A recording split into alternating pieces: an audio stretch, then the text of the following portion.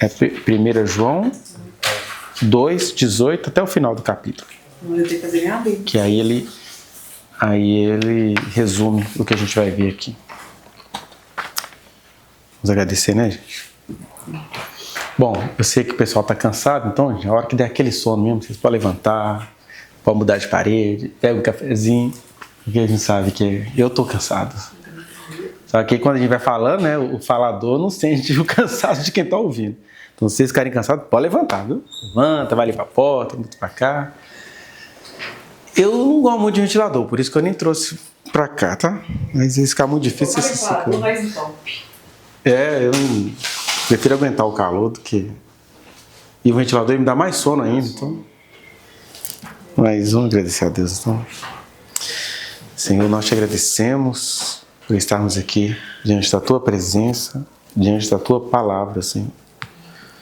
Nós precisamos de Ti, Senhor, por mais que a maioria dos Teus filhos nem achem isso, nem pensem isso.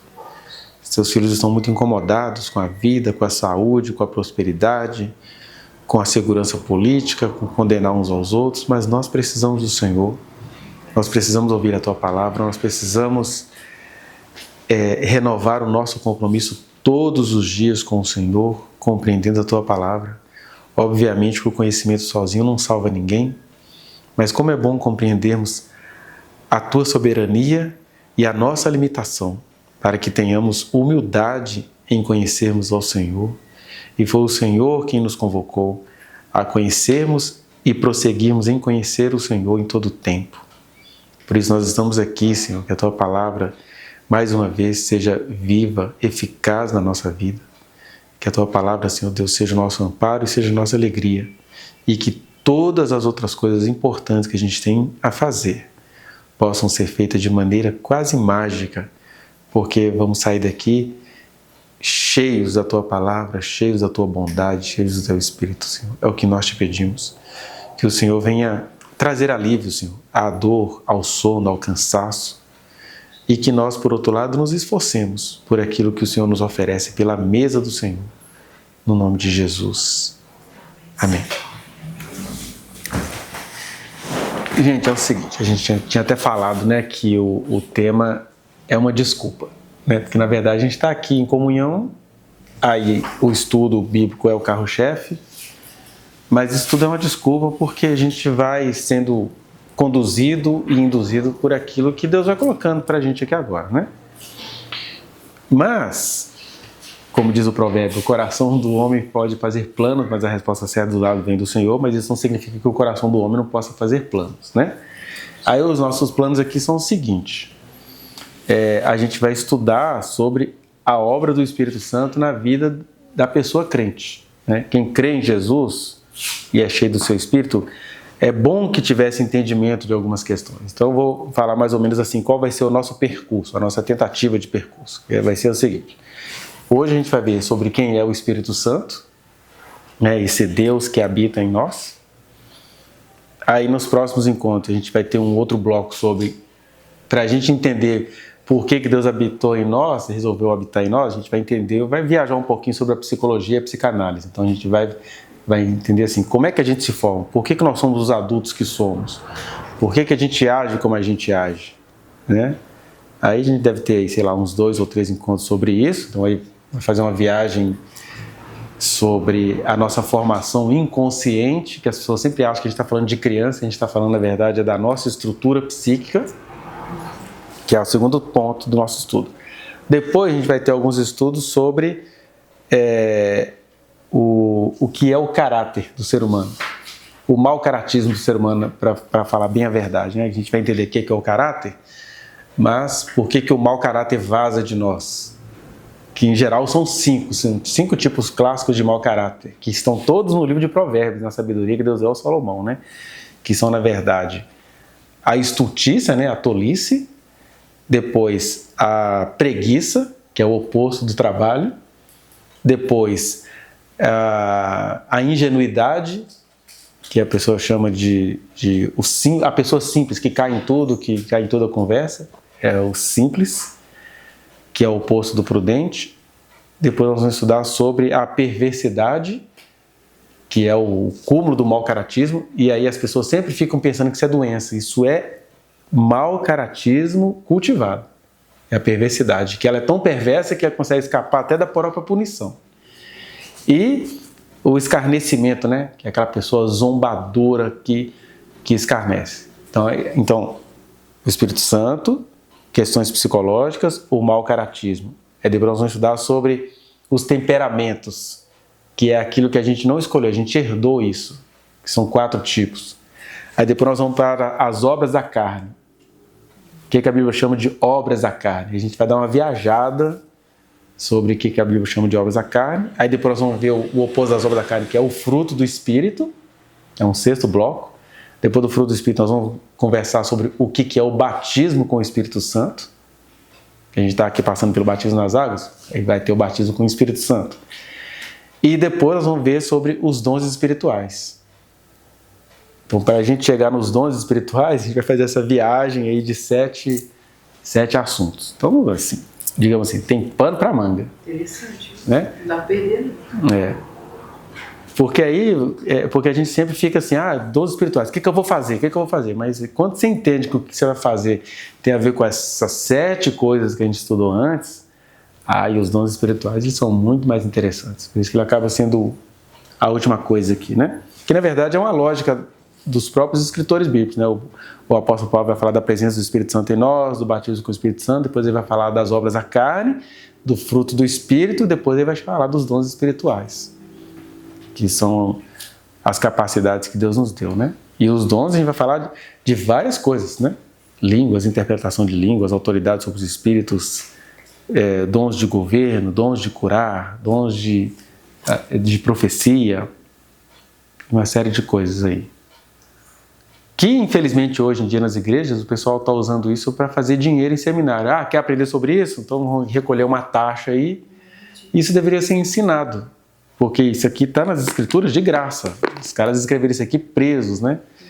E aí Jesus falou, olha, se vocês receberem isso de graça, vai disseminando isso de graça, né? Então essa é a nossa tentativa. Aí, para a gente começar hoje sobre a obra do Espírito Santo, vamos ver como é que a obra do Espírito Santo começa em 1 João, capítulo 2, a partir do versículo 18. João diz assim, todo mundo achou? Filhinhos, já é a última hora. O que ele está chamando aqui de última hora? Todos os dias depois da ressurreição de Cristo é a última hora, porque o diabo ficou doido, né? Jesus venceu a morte e aí ele falou assim, agora que a gente tem que contra-atacar. Então, é a última hora, mas até hoje Jesus não veio. A última hora são todos os dias a partir da ressurreição de Jesus, né? Então, inclusive Deus falou isso para Daniel de maneira truncada, ele não entendeu, né? Daniel capítulo 12 fala assim, o ungido vai vir, eles vão maltratá-lo, e aí o ungido já não mais estará. Mas ele falou que esse ungido ia reinar eternamente, mas ele não mais estará, ou seja, ele ressuscitou e saiu de nós do ponto de vista da visão, né? Mas ele continua reinando eternamente. E aí esses são os últimos dias, né? Então, filhinhos, já é a última hora. E como ouvistes que vem o anticristo, também agora muitos anticristos têm surgido, pelo que conhecemos que é a última hora. Ele está falando, olha, anticristo não é só um cara que vai vir lá na frente, governar todo mundo, que ficou todo mundo procurando o anticristo, ninguém vê o anticristo que está aqui bem na nossa cara. Ele está dizendo, não, desde que Jesus ressuscitou, já tem o espírito do anticristo, que é para a gente colocar em dúvida tudo aquilo que ele nos ensinou, inclusive com a sua morte, com a sua ressurreição. Aí ele está dizendo, enquanto o anticristo não chega, a gente está cheio de anticristos entre nós, né? O que é um anticristo? É o que aconteceu essa semana no Congresso Nacional. Você tem uma lei que diz que a criança tem direito automático ao aborto em caso de estupro, porque criança não pode ser estuprada. Aí quem é que fez a lei de tirar o direito dessas crianças? Os anticristos, porque todos eles falam de Deus, falam de Jesus, falam de doutrina, falam tanto de doutrina e não conseguem amar uma criança vítima. E aqui no Brasil, a última estatística aponta que são 5 crianças por dia vítima desses estupros, né? E aí são cerca de 500 por ano, 500 meninas entre 10 e 12 anos que estão grávidas, e elas são crianças. Não interessa se ela queria, se ela gostava, se ela foi seduzida, elas são crianças, e a pessoa que está fazendo isso com elas é adulta, é criminoso. Aí a gente pensa assim, mas é porque é uma vida, eu tenho que escolher entre duas vidas, ou a da criança ou a do feto que foi colocado lá de maneira criminosa. Hoje, numa das turmas que eu dei aula, deu esse debate, né? E aí eu chamei os religiosos para a chincha, como se diz. Você não acredita em Jesus? Você não acredita que Deus é amor? Você acha mesmo? Aí a gente fala assim, depois tem que responder processo. Você acha mesmo que Deus foi lá e ungiu o pinto daquele tio velho nojento que estava possuindo uma criança de 10, 9 anos? Você é crente, você acredita que Deus estava nisso aí? Mas é porque é uma criação. Então tá. Aí eu perguntei, quem aqui tem cachorro de raça em casa? Ele levantou a mão. Então, esse cachorro, em última análise, ele não é criação de Deus? Sim, em última análise, porque na praticidade ele foi manipulado em laboratório. Essas raças todas de cachorro que a gente conhece são a criação de Deus manipulada em laboratório. Eu falei, então, o que a gente tem que entender? Que um feto feito no estupro é também uma criação de Deus manipulada no meio de um crime. Que é igual estupro de guerra, né? O cara quer se expandir. Quer dizer, a sua cadeira está aqui, mas se você quiser, viu, arreda para o cantinho. Ela gosta do cantinho. Aí eu falei que, na verdade, uma menina que engravida no estupro, uma menina ou até mesmo uma mulher, é criação de Deus no sentido que tem uma lei geral, que quando se junta o espermatozoide e um óvulo, vai ter um novo ser. Mas não quer dizer que porque tem uma ordem geral que foi Deus que parou tudo. Eu tenho um estuprador ali, agora eu vou descer lá para fazer um ser humano. Aí você tem que fazer um teatro para ver se a pessoa entende o absurdo desse raciocínio, né? Aí tem aquele raciocínio, mas se foi Deus que quer? Pronto, se foi Deus que quer, o Estado tem que agir como Estado e Deus vai agir como Deus. Se Deus quer, às vezes ele quer passar alguma mensagem para alguma família, ele vai fazer aquele filho daquele crime vir. E aí os casos que eu conheço onde Deus interferiu, Deus vem, Deus fala, Ele fala com a pessoa e Ele mostra as coisas para a pessoa e Ele faz a vida da pessoa mudar. Mas é Deus. O Estado não é Deus. O Estado tem que proteger a menina. O Estado tem que proteger a mulher. Ele tem autoridade divina para fazer isso. O crente adora falar que o Estado tem autoridade para matar, pois o Estado também tem autoridade de Deus para proteger a mulher e a menina. Mas a gente não entender isso já é o espírito do anticristo. Porque Cristo, por muito menos, falou que um abusador de crianças deveria morrer, enforcado com uma pedra de moinho no pescoço. Por que agora vem um monte de evangélico facilitar a vida de... Aí, quando a gente acha que acabou, tem uma coisa pior. Sabe o que eles decidiram junto dessa resolução de ontem? Que os governos estarão proibidos, olha isso, os governos estão proibidos de conscientizarem adolescentes menores de 14 anos que ela não pode se relacionar sexualmente. Aí você fica assim, mas qual que é o interesse de um deputado ao fazer uma lei que proíba um governo de despertar a consciência da população? Por quê? Porque possivelmente esse safado disfarçado de crente, ele deve ter um harém que as pessoas vão lá frequentar só para pegar novinha de 14 anos. Aí ele não quer que isso seja crime. Né? Então, isso dito por pessoas que se dizem cristãs, é o que a Bíblia está chamando de muitos anticristos têm surgido. Porque é isso, o cara está falando de Deus, está usando o nome de Deus, mas para impor o quê? Uma coisa maligna. Que é assim, você é de Jesus, por isso Jesus não vai te proteger, viu? Jesus é a favor da vida, não da sua. Ele é a favor da vida do infeliz que colocou o negócio aí dentro de você. Né? Aí eles acham que eu que sou anticristo, mas isso aqui é que é anticristo. Porque está usando o nome de Deus, o amor de Deus, a doutrina de Deus para fazer as pessoas falarem assim, não tem socorro para nós, né? Nem o Estado, nem Deus vai nos socorrer. Então, muitos anticristos têm surgido pelo que conhecemos que é a última hora. Aí, versículo 19. Eles saíram do nosso meio. Entretanto, não eram dos nossos, porque se tivessem sido dos nossos, teriam permanecido conosco. Todavia, eles se foram para que ficasse manifesto que nenhum deles é dos nossos. Aqui está falando da pessoa que faz aquela opção de andar fora do amor de Deus. Mas você está falando assim, mas ele é um pastor. Ele é um pastor todo corrompido. Já está fora da visão. Né? Eles gostam tanto de falar de visão, mas a visão aqui é a visão do amor de Deus, não é a minha visão. Versículo 20. E vós possuís unção que vem do santo, e todos tendes conhecimento. Não vos escrevi porque não saibais a verdade, antes porque a sabeis, e porque mentira alguma jamais procede da verdade. Quem é mentiroso senão aquele que nega que Jesus é o Cristo? Este é o anticristo, o que nega o Pai e o Filho. E aqui você tem duas coisas de ordem teórica e ordem prática. Primeira coisa de ordem prática. Quem é que é o anticristo senão aquele que nega que Jesus é o Cristo? Ou seja, quando um pastor chega para uma pessoa e fala assim, olha, mas pastor, mas Deus não é amor? Olha, eu sou a autoridade de Deus sobre a sua vida, você tem que ouvir a autoridade de Deus. O que esse pastor está fazendo? Ele está te atrapalhando a se entender com Deus, com esse papo de que ele é a autoridade de Deus. Ele está usurpando o poder de Deus sobre a vida de uma ovelha de Jesus. Né? E isso é anticristo. E a outra coisa é, anticristo é aquela pessoa que nega o Pai e o Filho. Ou seja, você é crente? Sou. Você acredita em Jesus? Acredita em Jesus. Mas você acredita que Jesus é a manifestação de Deus? Aí eu já não sei, né? Aí está dizendo, essas pessoas que têm dificuldade de crer que Jesus é Deus em pessoa, elas já estão com o chipzinho do anticristo instalado nelas. Porque Deus tem nome, o nome de Deus é Jesus. Né? Aí, versículo 23, tudo para chegar no Espírito Santo. 23, todo aquele que nega o Filho, esse não tem o Pai. Aquele que confessa o Filho tem igualmente o Pai. Querendo dizer assim, não adianta falar que crê em Deus.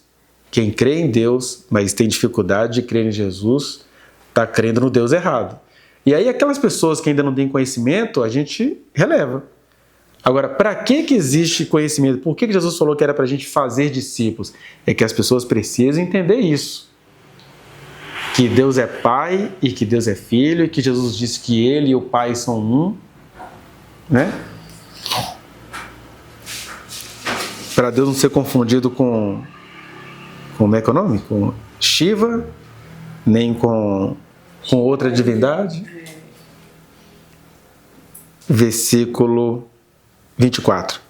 Permaneça em vós o que tendes ouvido desde o princípio. Se em vós permanecer o que desde o princípio ouvistes, também permanecereis vós no Filho e no Pai. E esta é a promessa que ele mesmo nos fez, a vida eterna.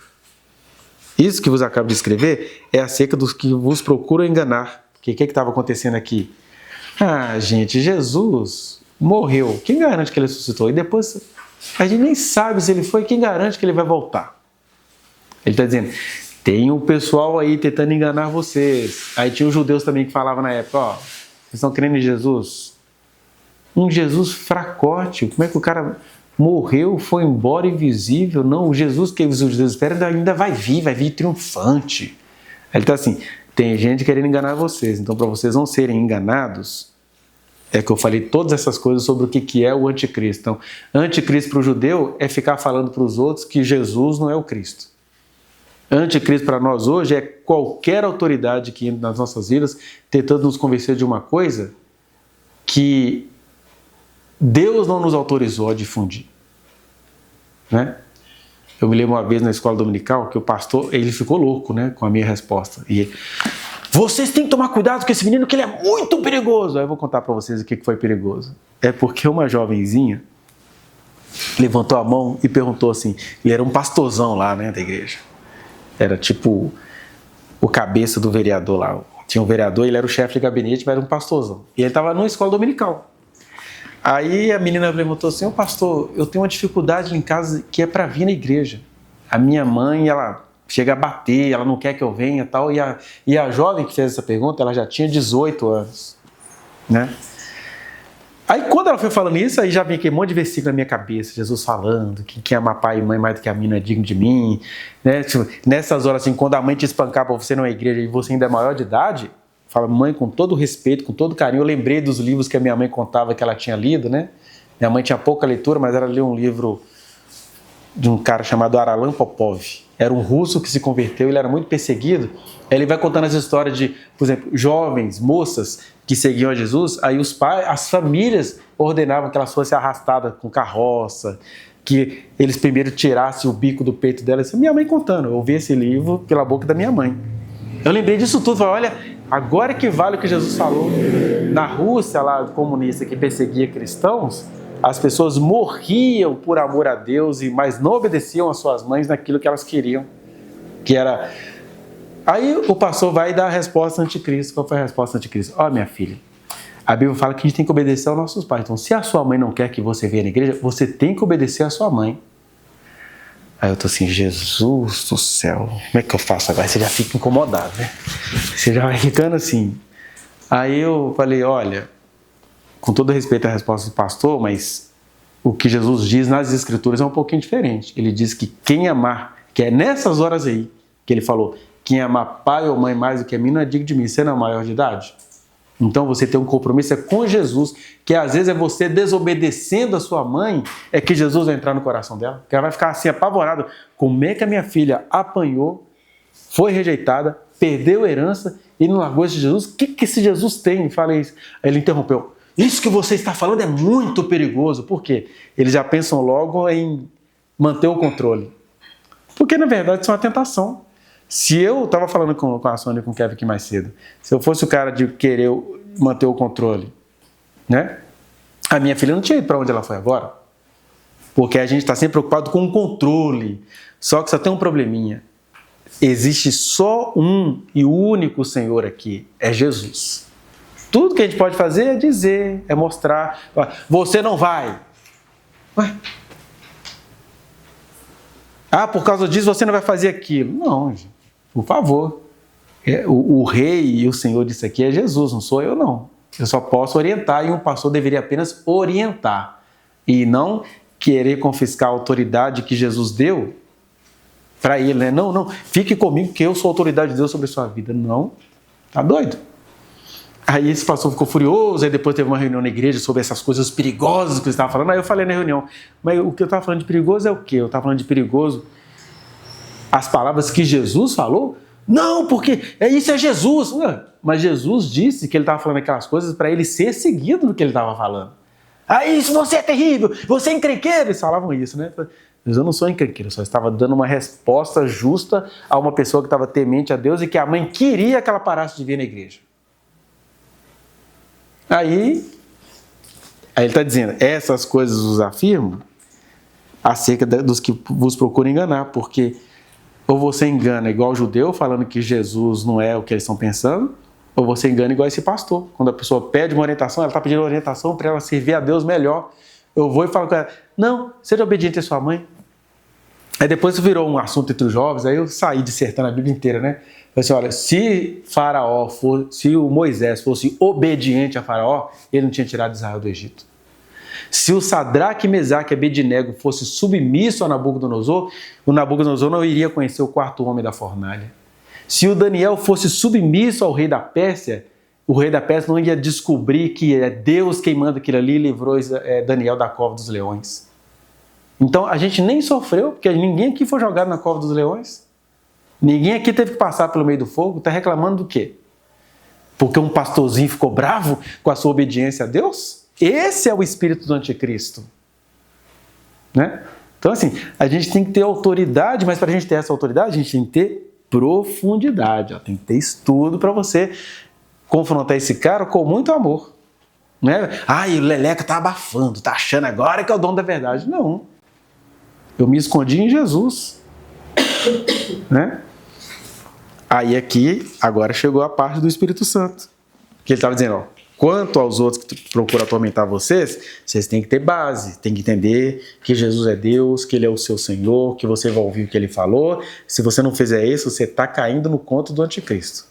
Aí, versículo 27. Quanto a vocês, né, que não estão querendo enganar, que estão tentando enganar, quanto a vós outros, a unção que dele recebestes permanece em vós. E não tendes necessidade de que alguém vos ensine. Mas como a sua unção vos ensina a respeito de todas as coisas, e é verdadeira e não é falsa, permanecei nele, como também ela vos ensinou. Aí o que ele está fazendo aqui? Ele está chamando o Espírito Santo de unção. E aí essa palavra unção, ela é importante, porque nem sei se é feito assim hoje, mas eu lembro na minha infância que a minha avó, minha mãe, poder fazer um bolo, eles untavam, né? E por que a pessoa unta a bandeja de bolo? Para que a pessoa unta? Para não grudar, ou seja, para fazer a separação. Então, ungir, mais do que essa questão de derramar o óleo sobre alguém, ungir significa que na forma da vida, na forma do mundo, tem um elemento ali que te separa, para você não grudar naquilo, para você não queimar, para você não se contaminar, que é quando a gente unta a bandeja. Então, o Espírito Santo é aquele que unge a nossa vida, de maneira que a gente é santo sem ser extraterrestre. A gente está no mundo, mas a gente não vai colar nesse mundo, não vai ficar grudado no mundo. Você está ali nessa forminha, mas a unção que a gente recebeu é que faz a separação, para a gente não grudar. Né? Daí que vem a palavra santificação, que significa, do termo hebraico kadosh, né? Kadosh é corte. Deus faz um corte entre a gente e a realidade comum. Tem o corte e também tem o kodesh, que é a separação. Que você não saiu do planeta, mas você vive uma vida que é separada da vida comum do planeta, que é disputa, que é dinheiro, é obediência, é autoridade, E não, a gente está separado porque a gente tem uma outra prioridade, né? Porque a gente leva a Deus a sério. Isso. Então, quando ele fala de unção, é isso. Sabe esse elemento que separa vocês do mundo? Ele que ensina a vocês todas as coisas. Mas aí, alguém sempre pega isso, então não precisa estudar. Ele está dizendo, a unção dele não é falsa. Permanecei nele, como também ela vos ensinou. Então, antes de qualquer conhecimento de letras, a gente precisa permanecer em Jesus. A função do Espírito Santo na nossa vida é nos ajudar a permanecermos em Jesus. Porque tudo na vida, só esse dia aqui, eu tive centenas de coisas para me afastar do propósito que Deus colocou no meu coração. E são coisas todas muito boas, muito lógicas, muito humanas. Né? Pô, você tem uma filha gestante, ela está cansada.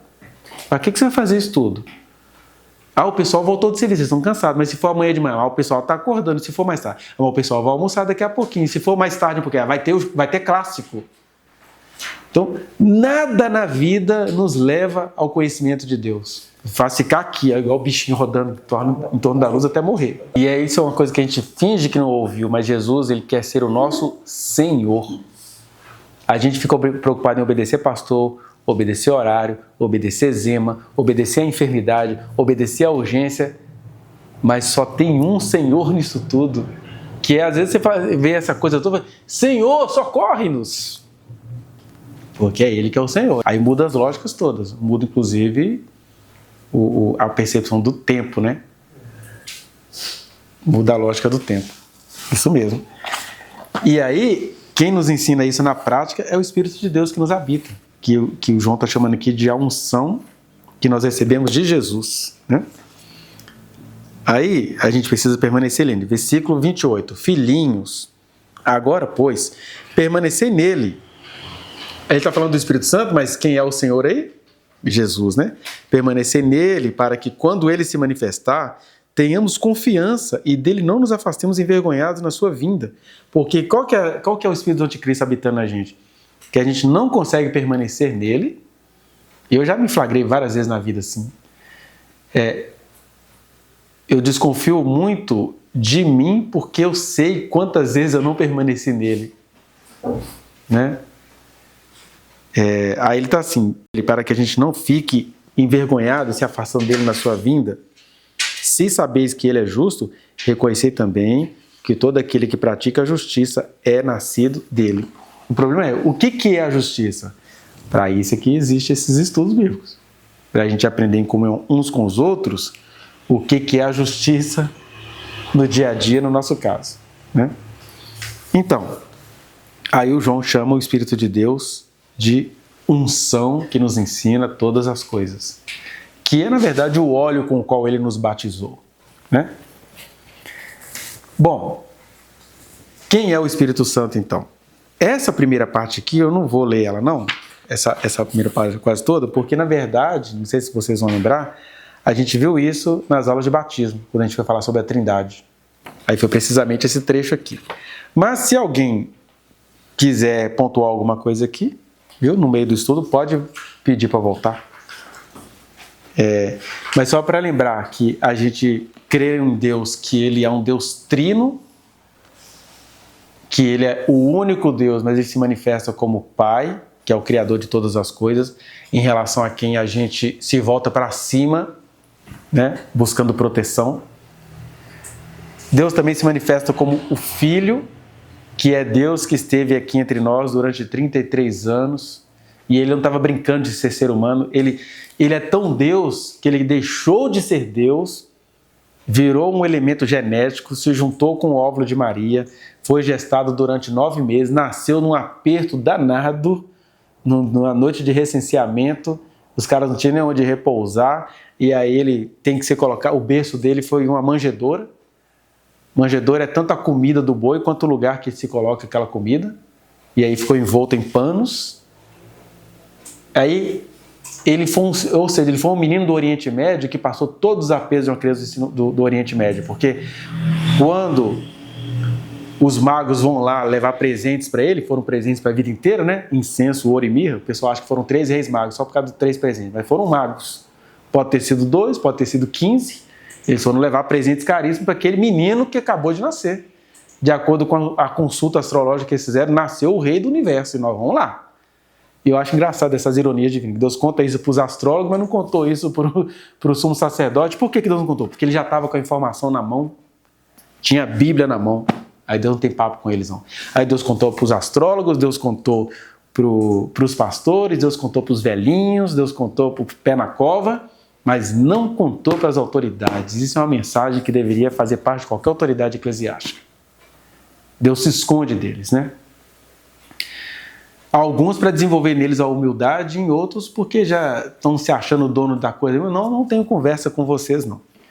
E aí, ele passou por esse aperto, aí teve que fugir para o Egito. Não sabemos quanto tempo ele ficou lá, mas ele volta talvez no final da infância, adolescência, e vai morar em Nazaré, no interior de Israel. E aí, até os 30 anos de idade, as pessoas criam um monte de fantasia. Na verdade, até os 30 anos de idade, Deus foi um homem comum. É igual os nossos filhos prometidos por Deus, né? Você olha, meu Deus, foi prometido por Deus. Foi prometido por Deus. É um ser humano. Tem vício, tem teimosia, tem boca porca, tem estupidez, gosta de nazismo, um monte de coisa. Aí depois é que Deus vai formatando. Jesus não.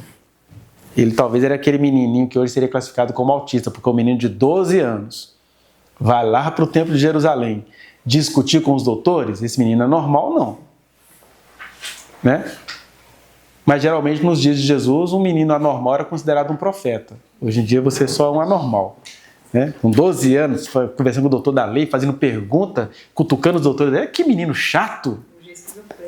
É a esquizofrenia, que eles são muito inteligentes também. Aí aos 18 eles atacam. Né?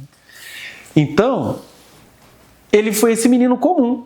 Aí a partir dos 30 anos de idade, que era uma idade considerada como adulto, ele possivelmente já teria sido casado, deve ter perdido a família numa tragédia que era muito comum naquele Oriente Médio.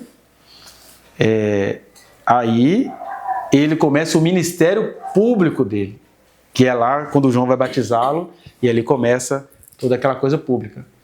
E ele agiu então, sendo homem de verdade. O que é ser homem? Que ele é tão Deus que ele deixou de ser Deus durante 33 anos para ser homem entre nós. E aí, quando ele foi um homem cheio do Espírito Santo. E quem mostra pra gente essa versão é o Evangelho de Lucas. O Evangelho de Lucas é muito bonito, porque Lucas vai falando disso. E Jesus, cheio do Espírito Santo. E Jesus passou a noite orando. Jesus pediu para afastar um pouquinho, que ele precisava conversar com Deus. O Mateus não fala assim, o Marcos não fala assim, o João não fala assim. Lucas fala, porque o Lucas escreveu com o objetivo de mostrar assim. Ele é Deus que se fez homem mesmo. Ele foi um homem, ser humano, muito dependente de Deus. Ele não fazia nada sem consultar ao Senhor. Né? E aí, ele ainda não foi entendido nas suas palavras e nos seus atos. Foi crucificado. E aí é chato que a religião cria umas formulações idiotas, né?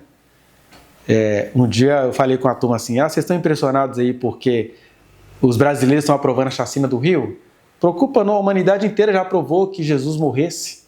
Aí o aluno, aquele aluno todo formatado, professor, mas porque, assim, se a humanidade não tivesse aprovado a morte dele, você não estaria aqui hoje. Mas é aí que é engano seu. Tá? Isso aí foi a religião que te ensinou, porque já quer ver com papo religioso, eu tive que jogar nele meu papo religioso. Isso aí foi a religião que te ensinou, porque a Bíblia que eu leio e a Bíblia que você lê, Jesus disse, ai de vocês por vocês estarem fazendo isso comigo. Ai da cidade de vocês por vocês estarem fazendo isso comigo. E as pessoas daquela época, mas como é que seria se ele não fosse crucificado? Ele iria ser crucificado, não precisava ser pelos judeus. Né? E aqui eu não estou falando de nazismo, não, estou falando daqueles judeus, daqueles dias, que tinham autoridade, que tinham Bíblia, que tinham tudo, que sabiam quem ele era e que entregariam para Roma por inveja. Eles podiam não ter feito aquilo. Porque senão, eu falei com eles, se você ficar com esse joguinho religioso, Deus é muito safado, né? Foi Deus quem fez os judeus entregarem ele, né? E Deus não fez isso. Deus não fez isso porque Deus em pessoa ali, quando estava sendo crucificado, ele falou, puxa vida, Jerusalém, Jerusalém, quantas vezes eu quis acolher vocês como a galinha acolhe os seus pintinhos e vocês não quiseram, portanto a casa de vocês vai ficar deserta. Como é que eles iam ter que fazer isso? É Jesus contando, vocês tinham chance de fazer diferente. Né? E na verdade Jesus foi crucificado para mostrar que o ser humano sofre, mas ele não quer a solução pelo problema, não. Ele quer uma solução dele, né? Ele quer ganhar dinheiro com o problema. Né? Então, ainda tem essa coisa chata, porque a religião colocou isso, que o pai é cruel, mau, terrível, perverso, e Jesus teve que entrar na frente para Deus não perder a paciência, porque Deus é aquela mãe desnorteada que vai matar o filho porque ele está com falta de paciência. Mas Deus não é assim, isso é blasfêmia, gente. A gente ensinar isso na igreja é uma blasfêmia contra o Espírito Santo, porque Deus é amor. Ele conhece a nossa estrutura, ele sabe que somos pó. Como é que Deus ia olhar para aquilo que ele fez e vai, eu tenho vontade de matar vocês? Só porque no Antigo Testamento ele usa essa performance. Por que ele usa essa performance? Porque é Deus na boca de um profeta que estava sentindo a rejeição de Deus. A gente sente isso, né? Eu fico olhando assim, nossa, quanta gente boa que Deus fez, mas essas pessoas não estão nem aí para Deus. Aí Deus fala comigo, tá doendo em você, né? Imagina como é que dói em mim. Mas olha como é que Deus é maravilhoso, ele continua abençoando e vindo aqui, elogiando as pessoas. Mas ele fala, essa dor que você está sentindo, a minha é muito pior, né? Que eu deixei de ser Deus para vir aqui acudir essa pessoa. Mas Deus é amor. Deus não veio fazer joguinho, não. Aí, pai, eu vou lá, eu morro, eles me matam, aí eu falo que eles vão pro inferno e não sei o que lá, e o Senhor está muito irado, eu entro na sua frente. Para com isso, a religião desgraçada, não tem outra palavra para isso, não. Que espírito do anticristo é esse? Que faz as pessoas olharem para Deus assim, né? Mas a unção que dele recebemos nos ensina a ver que ele é amor e nos ensina a ter responsabilidade em relação a isso. Né? Então, Deus é Pai, em direção a quem a gente se direciona para o alto, procurando o socorro, o auxílio. Deus é o Filho, que passou 33 anos conosco e em função de qual a gente se volta para dentro, porque eu preciso aprender o caráter dele, eu preciso absorver o caráter dele. E Deus é Espírito Santo, em relação ao qual a gente se volta para fora, dizendo assim, nós somos todos habitados por Deus e Ele nos deu capacidades. A gente não entende o que é isso. A gente não faz ideia do que é isso. Né? Quando você entende o que é isso, você tem paz até para ser humano. Por exemplo, eu tenho total consciência da minha incompetência como ser humano. Eu sou uma porcaria mesmo. Aqueles versículos lá que o Silas Malafaia citou para o Bolsonaro, citou estrategicamente com o anticristo político, eu menciono ele para mim. Deus escolheu as coisas incompetentes, no sentido assim, não sei porque eu não gero confiança nas pessoas, mas eu sei quem me habita. Essa é a minha autoestima. Eu sei quem me habita, eu sei o que ele faz comigo, eu sei aonde ele quer me levar, eu sei os poderes que ele me deu, e eu sei que se a gente fizer as coisas do jeito que ele falou, enquanto a gente está preocupado com o sustento, com a vida, com o ser visto, meu Deus, o inferno está preocupado da gente entender o que ele nos deu. Igual a gente estava conversando essa semana, né? Até um batismo vira um evento infernal, porque assim, esses caras não podem batizar. E a gente acha que isso é uma bobeira, a gente não sabe o barulho que está no inferno com um símbolozinho tão besta. E aí Jesus está assim, vocês têm que orar acerca disso. Vocês têm que agir em relação a isso. Porque isso que até para vocês mesmos é bobeira, está causando um terremoto em algum lugar aí, vocês não fazem ideia. Né? E quem nos ensina isso é a unção, né, que dele recebemos. Então, O Espírito Santo é esse Deus que habita em nós, em relação ao qual a gente se volta para fora, porque a gente vai ter comunhão para fazer essa obra do Espírito. Que ainda tem isso, a gente costuma pegar o Espírito Santo com uma coisa assim: o Espírito Santo é meu cachorrinho de estimação. Eu ando com ele anda comigo, a gente conversa, mas o Espírito Santo é Deus habitando em nós, nos fazendo ter comunhão uns com os outros. Tanto é que quando Jesus fala do Espírito Santo, ele fala: olha, eu vou para que ele venha, eu vou mandar o Consolador para que ele possa habitar em vocês, para que vocês possam dar fruto. Ele sempre falando no coletivo, porque senão a gente vai transformar o Espírito Santo numa meditação indiana. O Espírito Santo habita em mim. Fica todo mundo lá. Isso é religião. Se alguém diz que é cheio do Espírito Santo e não tem capacidade dada por ele de comungar, aí, para isso que a gente tem que ter estudo bíblico, para a gente começar a se perguntar sobre realmente o que está acontecendo com a gente, né?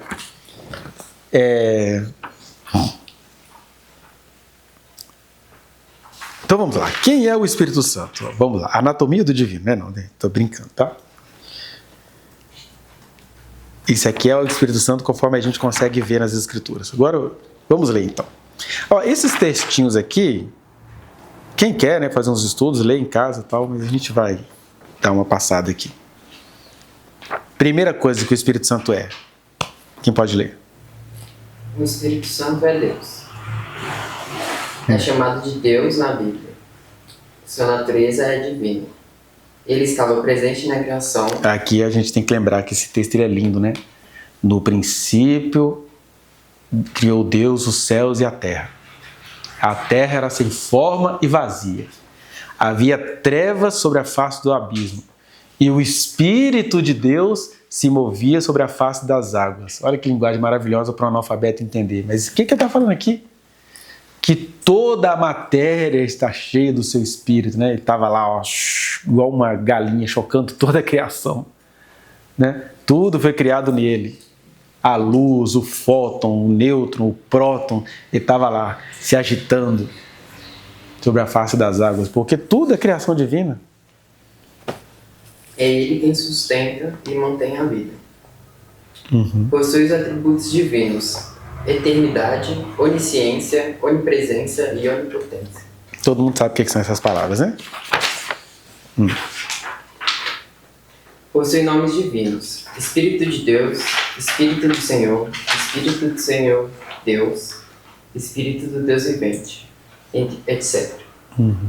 O Espírito Santo é uma pessoa. Então, a primeira coisa que a gente viu até agora é que ele é Deus, porque ele tem características nitidamente divinas. Exatamente quando, igual a Bíblia se refere ao Pai e ao Filho, ela se refere ao Espírito Santo. É Deus, né? E, digamos assim, é uma outra performatividade divina, né? Tudo que a gente quiser definir aqui é tudo limitado, porque performatividade fica parecendo assim: não, então o Espírito Santo é quando Deus está dançando. Não. É a maneira como a gente o percebe. É mais do que isso, né? Tudo é muito limitado. É muito além disso. Mas é uma explicaçãozinha pobre para a gente entender um pouquinho. Segundo. Não é mera energia. Não. É porque que você tinha lido, né? Que o Espírito Santo é uma pessoa. Porque a gente sempre associa espírito com energia. Espírito com situação, não. Por mais que ele tenha essa performatividade de energia, ele é uma energia que pensa, ele é uma energia que comanda, ele é uma energia que fala, ele é uma energia que se relaciona, né? Nesse sentido é que ele tem atributos de pessoa. Então, não é mera energia. Ou uma força ativa, como afirmam alguns. Conquanto os símbolos do Espírito, isto é, a maneira como ele se manifesta nas Escrituras, nos deem uma ideia de força/energia. Aí fala sopro em Jó, vento em João, fogo em Atos, entre outros. Vejamos por que ele é uma pessoa. Então, antes a gente ver por que ele é uma pessoa, é importante mencionar isso aqui. Lá em João 20:20, é Jesus quem chega, porque lá no Éden, né? O texto vai dizer que Deus fez os seres humanos do pó da terra, aí ele chegou na gente e soprou nos seres humanos originais. Ele soprou nas narinas. Isso tem muitos significados, mas principalmente isso. Quando a gente recebeu o sopro divino lá, em Adão e Eva, a gente recebeu então características divinas. Todos os seres têm espírito, né? A diferença é que o nosso espírito, ele transferiu para a gente algumas características divinas, como intelecto, vontade e emoções. São características do espírito. Os outros seres, eles têm resquícios de intelectualidade, porque, por exemplo, um cachorro não disserta sobre suas características caninas. O ser humano faz isso, isso é um atributo divino. Que Deus deu aos seres humanos, Deus deu aos anjos, Deus deu a outros seres. A natureza tem emoções, mas ela não intelectualiza sobre as emoções. Esse sopro divino, será que ele foi feito logo no ato da criação? Ou o homem teve que evoluir biologicamente, ou a própria natureza que evoluiu para receber esse... Então, eu gosto dessa segunda tese. Na verdade, o que aconteceu lá ninguém sabe. Mas quando você vai andando com Deus e vai aprendendo a raciocinar, o que aconteceu foi isso. Deus criou todos os seres, até que um dia os seres humanos, depois de um processo evolutivo, eles criaram consciência. E essa consciência é o sopro divino. Né? É como abrir os olhos. O problema é você dizer isso para o Brasil que não sabe nem votar, e você vai dizer, ele está invertendo a Bíblia, porque é do jeito que está lá. Mas é engraçado que as mesmas pessoas que dizem isso, elas não acreditam em tudo do jeito que está na Bíblia, não. Até porque a linguagem de Gênesis até o capítulo 11, que é o evento da Torre de Babel, é uma linguagem mítica mesmo, truncada. Está falando de coisas lá que são muito maiores do que o texto conseguiu traduzir. Então, quando fala que Deus soprou, primeiro não está mentindo falando que Deus criou a gente do pó da terra, porque não só nós, tudo foi criado do pó da terra. Só que aí Deus fez o ser humano e soprou nele. Soprou assim, transferiu a característica divina para o ser humano quando ele adquiriu consciência. Nesse sentido. Ou seja, de maneira que a gente nem sabe quantos milênios Adão e Eva habitaram no paraíso. É uma visão assim, mais assim, que não anula muitas coisas de vestígios da arqueologia, né? Uhum. Vestígios assim, científico, histórico, e não anula. Não anula, porque quando você vai pegar o ser humano, ela é feita realmente de tudo que está na Terra, que é o ferro, fósforo, exatamente, carbono, tudo. água, oxigênio. Então, assim, eu acho que faz bastante sentido essa questão agora que a gente tirou fez um boneco de barro e tal. Barro, tirou a costela, fez a mulher.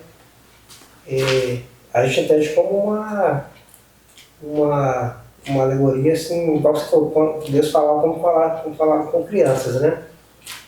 Eu acho que foi mais fácil. Não, mas aquele primeiro público, gente, era analfabeto. De entender. Fica fácil de entender. E aí Deus não está mentindo, ele está contando a verdade. O homem não veio do pó da terra mesmo? Tinha esse questionamento que a gente tem hoje, que é baseado nele, razão, ciência, essas coisas. Sim. E aí, ao invés das pessoas, aí o cientista desacredita de Deus, pela ciência que ele descobriu, e as pessoas que têm fé têm medo da ciência. Mas, gente, mas você não se relaciona, não é com Deus? Que ciência vai me afastar de tudo que Deus fez comigo? Aí, esse raciocínio ele é muito mais interessante, porque quanto mais você vai entendendo o que a ciência está falando, mais você vai, gente, Deus estava nisso tudo, e esses caras não estão entendendo, e você vai ficando mais... Você tem vontade de falar em línguas numa aula dessas, assim, entendi, cara, ninguém me arranca isso. Né?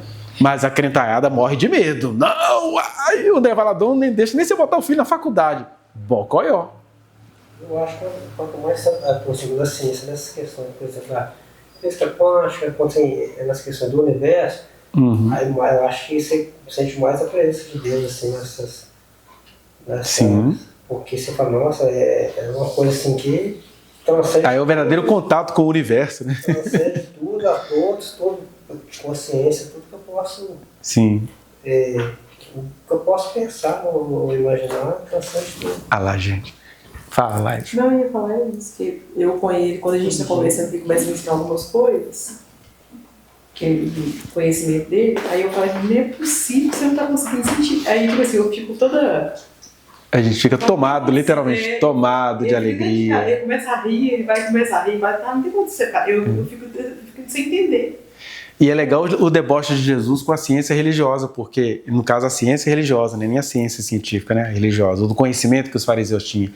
Aí fala lá em em Lucas, que Jesus olhou assim, aquela coisa toda, e ele arrancou um suspiro, Jesus empolgado. O que é arrancar um suspiro? Jesus, os crentes iam matar ele de novo, porque imagina Jesus no meio da mulher. Graças te dou, ó Pai, porque a cena é essa, porque ocultaste essas coisas aos sábios e entendidos e as revelaste aos pequeninos, porque foi do teu agrado. É Jesus empolgado. A gente mandava bater num cara desse. Um monte de vezes, né? Que ele fala que ele arrancou de si um gemido. A cara dele. Já fiz com ele. Aí a mulherada tudo com vergonha. Ai, Jesus gemindo. Ai, Deus!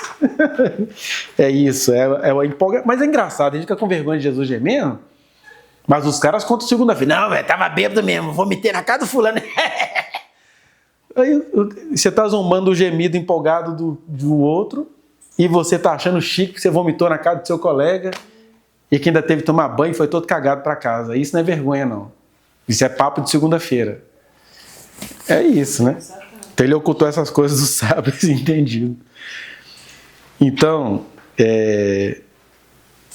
aí eu estava falando do João 20:20. Então, lá na primeira criação, Deus soprou.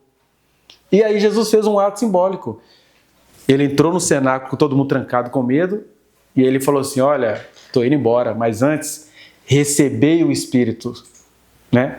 Aí era o homem ressuscitado soprando o Espírito de Deus sobre os apóstolos. Ele soprou. E aí depois que ele sopra, ele fala assim, a partir de agora vocês receberam poder para perdoar pecados.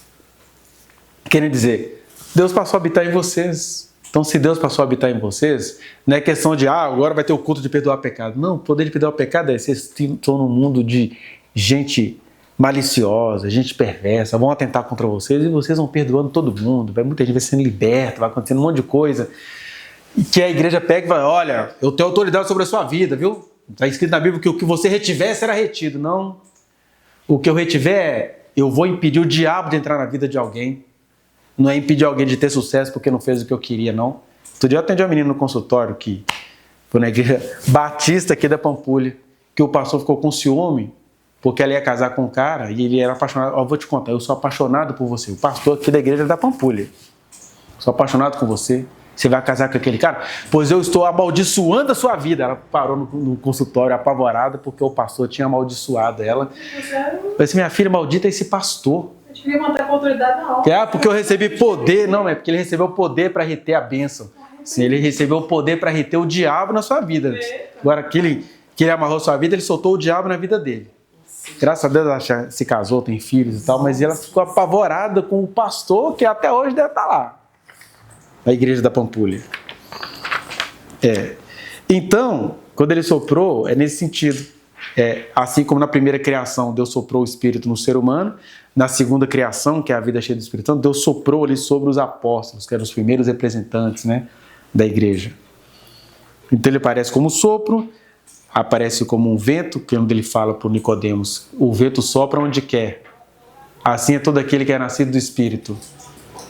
Você tem que se deixar conduzir, porque o vento está nessa direção, uma hora ele vai fazer outra coisa. Né? Mas isso é ele quem vai fazer, não é a gente que vai ser pessoa desnorteada. Né? Fogo, né? Em Atos 2:1, fala que eles estavam reunidos no cenáculo, que era uma sala de jantar, 120 pessoas, conversando, aí de repente, como um som, veio um vento veemente, impetuoso, encheu toda a casa. Aí eles tiveram essa visão de um monte de línguas de fogo repartidas entre eles. E eles começaram a falar em línguas que eles nunca tinham estudado. Era um evento cosmopolita, né? Jerusalém estava cheio de gente do mundo inteiro.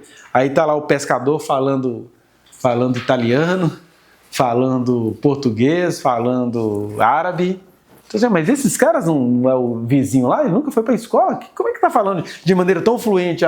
Que era Deus pregando o evangelho para que tanta gente que estava lá, né? Que eram as línguas estrangeiras. Mas elas apareceram em forma de fogo, que são os modos do Espírito se manifestar, mas ele não é só energia, ele é energia também. E aí, como é que ele é pessoa? Letra A. Pode entristecer-se. Efésios 4:30 fala, e não entristeçais o Espírito de Deus para o qual foste chamado, né, para o dia da redenção. E o Espírito fica triste, né? É capaz de sentir ciúmes. Pode gemer de dor, sentir conosco as agonias da nossa experiência. Eu acho bonitinha essa questão de falar que o Espírito sente ciúmes, porque assim, ele se relaciona com a igreja como comunidade. Mas ele chega nas pessoas.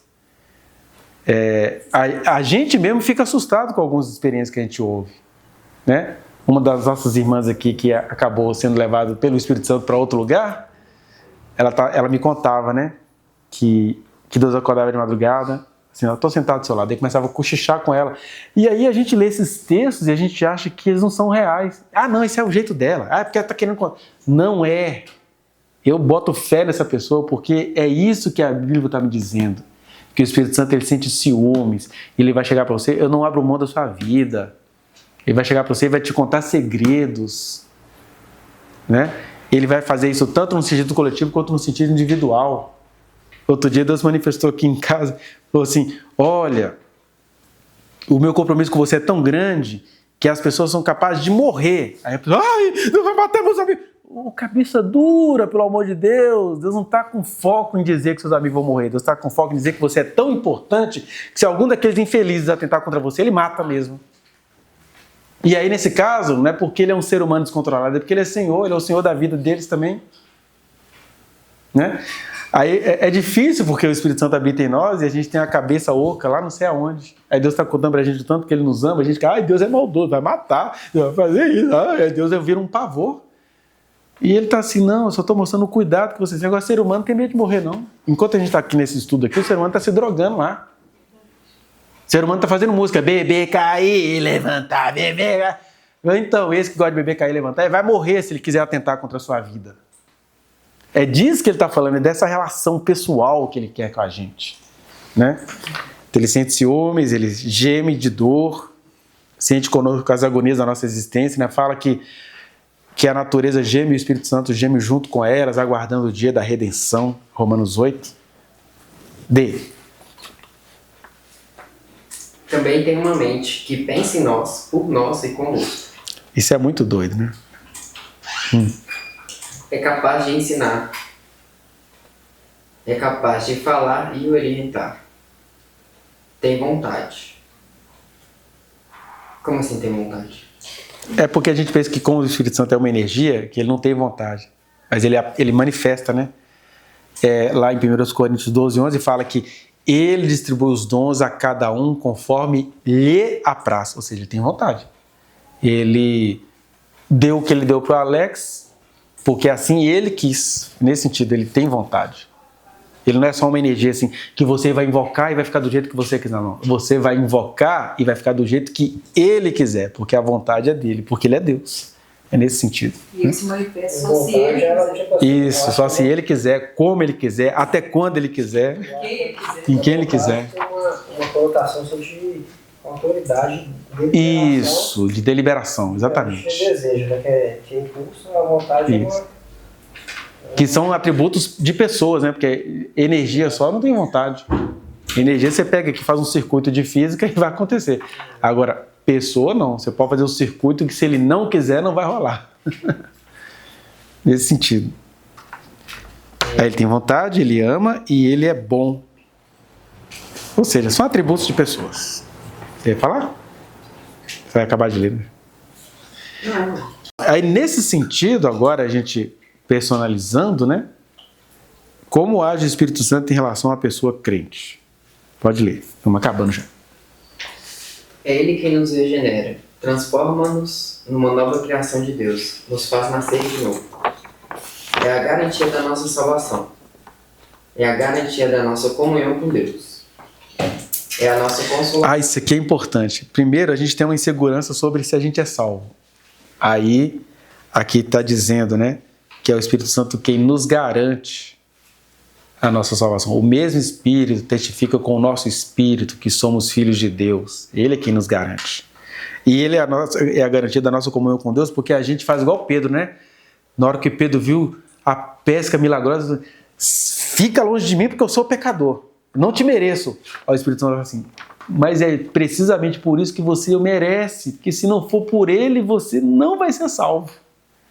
E isso é tão bom quando a gente tem de lidar com as nossas questões pessoais, porque a gente faz as nossas merdas de cada dia, assim, ai, acabou minha chance. Ele está assim, não, mas a sua única chance é Deus. Aí você vai chegar a Jesus, eu estou todo sujo, todo enlameado, já fiz a coisa errada de novo, mas eu só tenho o Senhor mesmo.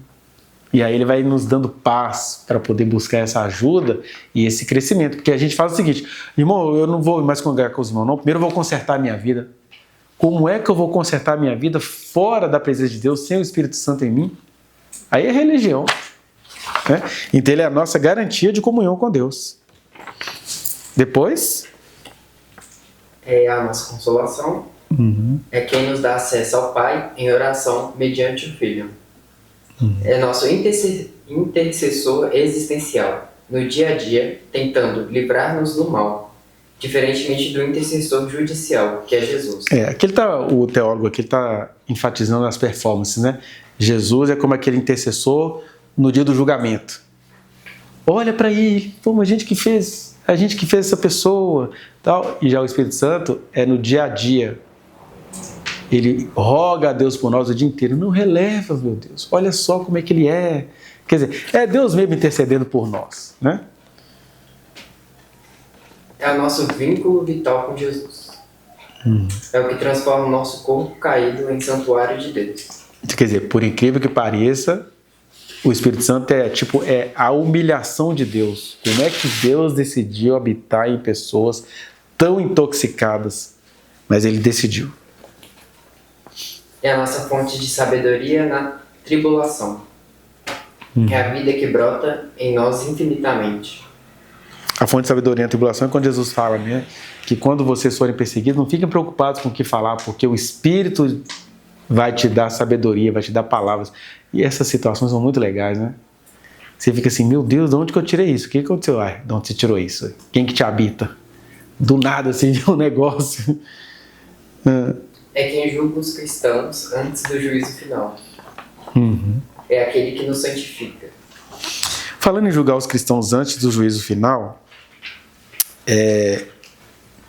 a sobrinha neta do Jerônimo mandou um material. O Jerônimo foi condenado, vai pagar uma multa milionária.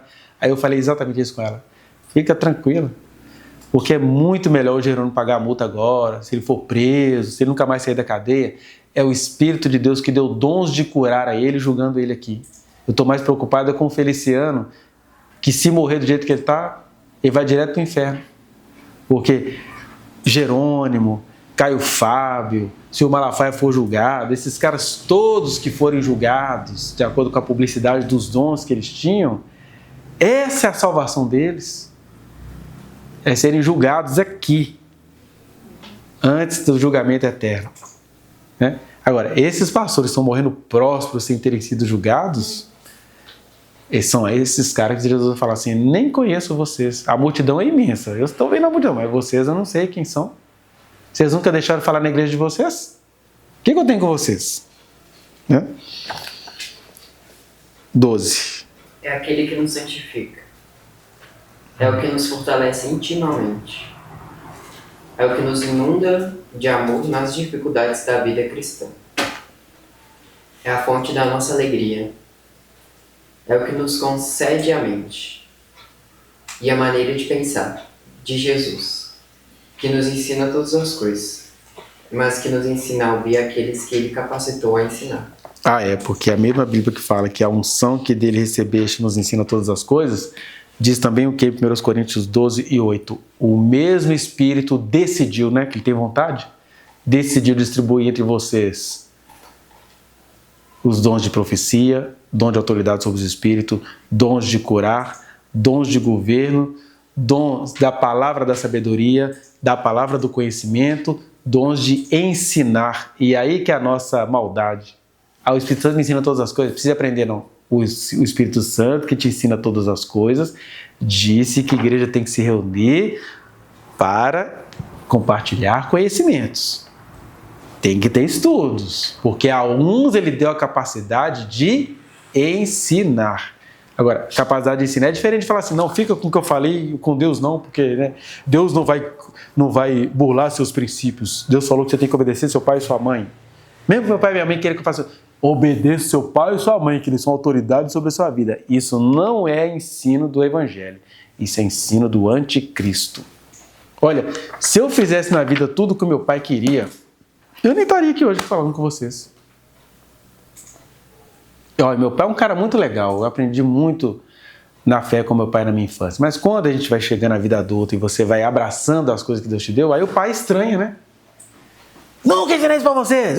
Tá escondendo atrás de Jesus? Tô me escondendo atrás de Jesus, é isso mesmo. É atrás de Jesus que eu tô me escondendo. Uma vez ele ficou meio bravo comigo e queria insinuar que eu era um folgado, que eu estava usando Jesus para me esconder. Eu falei, mas é isso mesmo, eu estou escondendo atrás de Jesus. Ele ficou doido, né? Ficou bravo mesmo. Porque é aquela coisa assim, os nossos pais, eles não querem, na verdade, compartilhar conhecimento. Eles querem ser respeitados. Igual as mulheres do Estado estão me processando. Elas não contemplam um argumento. Assim, argumentou comigo, já está me desrespeitando. Eu não quero ouvir argumento, eu quero ser obedecida. E aí eu já vi que meu pai tem essa vibe assim. Ele não quer ouvir, discutir, aprender, ele só quer ser obedecido. É porque eu sou assim mesmo, não, é do meu jeito. Pronto. Mas aí, papai a gente obedece, mas a gente vai obedecer antes a Deus, que quer que eu faça coisas com as quais papai não concorda. E isso não é doutrina do anticristo, isso é a doutrina de Cristo. Quando ele era adolescente nerdzinho, né? Meu filho, onde é que você estava? Tem 3 dias que a gente está te procurando. Ué, por que vocês estão me procurando? Vocês não sabiam que eu estava na casa do meu pai? Seu pai, né? É porque o texto é bonitinho, é que a gente não vê a realidade lá na hora, né? Aí até o texto bíblico romantiza as coisas, mas a coisa não é tão assim não. E a Maria esqueceu uma hora, que ela foi buscar esse Jesus que era muito esquisito com os outros filhos que ela tinha. Então ele nos proporciona vida e paz. Já lemos tudo, né? Certifica que somos filhos de Deus e é o que nos conduz à imagem de Cristo. Ou seja, qual é a missão do Espírito Santo em nós? É fazer a gente ficar a cara de Jesus. Ah, mas qual que é a cara de Jesus? A cara de Jesus é o caráter de Jesus. Quer dizer, pronto, o cara está achando que é Cristo. Olha, Cristo eu não sou não, mas que eu fui convocado a me parecer muito com Ele e aí eu ainda acho que me pareço tão pouco. Mas Ele nos convocou a nos parecermos muito com Ele. E quem faz isso em nós é o Espírito Santo. E é isso. Então, na semana que vem, a gente vai começar a entender que território é esse que o Espírito Santo decidiu andar, que são as nossas origens psicológicas, né? A origem da nossa alma. Amém.